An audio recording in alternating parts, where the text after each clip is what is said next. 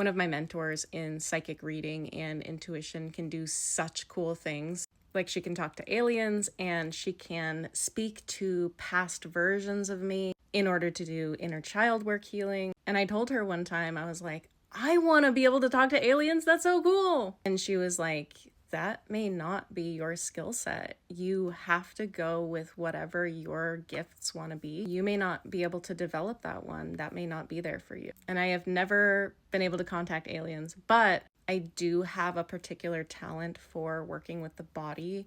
The more that I dig into energy work, into chakras, I can do a lot with energy cords between people, with auric field. I have this one that I discovered last month where if someone has energy cords out to someone or another person has energy cords into them, I can sometimes read what the cords say.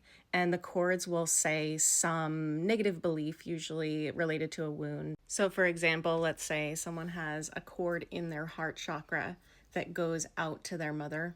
And the cord might say, I need you to approve of me. A lot of people's exes have cords in them trying to steal their energy. I have a few exes that like to put cords in my root chakra because that's where my biggest wounds are. And those cords will say something to the effect of, I need your resources to be okay. The place that those cords plug in is always a reciprocal wound in me, even if I'm not putting the cord out. So my wound or belief might be something to the effect of, I have to give my resources in order to be loved. Or simply, I am unlovable without giving something extra. I've also discovered that I can see colors through synesthesia. So I can't actually see them, but I can feel the colors, which is such a weird thing.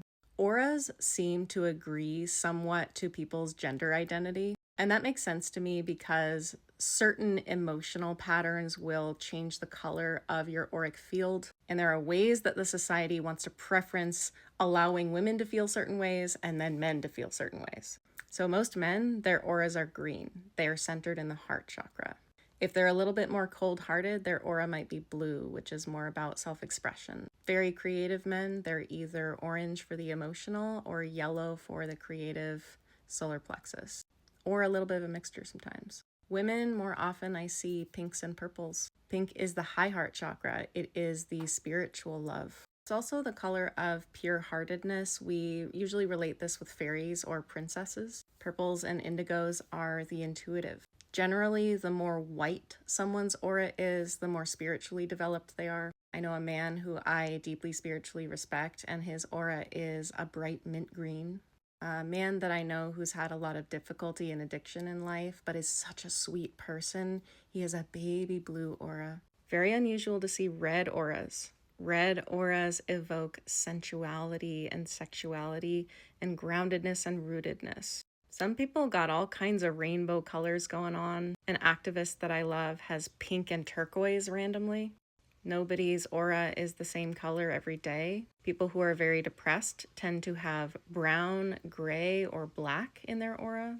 Some auras are very far out and I want to bring them back in so that the person has more access to their energy field. You see this in people who have codependent tendencies. Auras that are too close in, people usually feel lethargic and it's almost like their aura is coming in to protect them.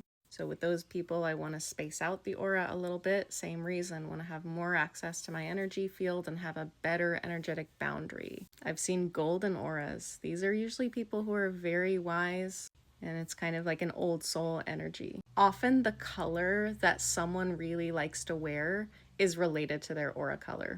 You'll see me wearing lavender a lot, and my aura tends to range from like an indigo color on some days to lavender to sometimes a blush pink that I had for the greater part of last fall. And I forgot to say, there's 2 other psychic skills that I've gotten recently. The first one is really cool. Overall, I've gotten more mediumship as I've gone along. But now sometimes people who I know but maybe haven't been in contact with for a while, they'll let me know when they die. A sort of distant friend, Richard, came to me as I was going to sleep the other day, and I just found out that he had passed away a day or 2 ago. And then the last one, which is just kind of funny, is I get the information on what packages are going to arrive in the mail that day. I don't know what I'm supposed to use this for, but I usually just wake up in the morning and then I have images in my mind of like the things that are going to arrive that day. So that's a cool one. Don't know if I could come up with some special way to use this. I don't think I'm going to be able to use it in one-on-one readings. But yeah, that's just some cool stuff for today.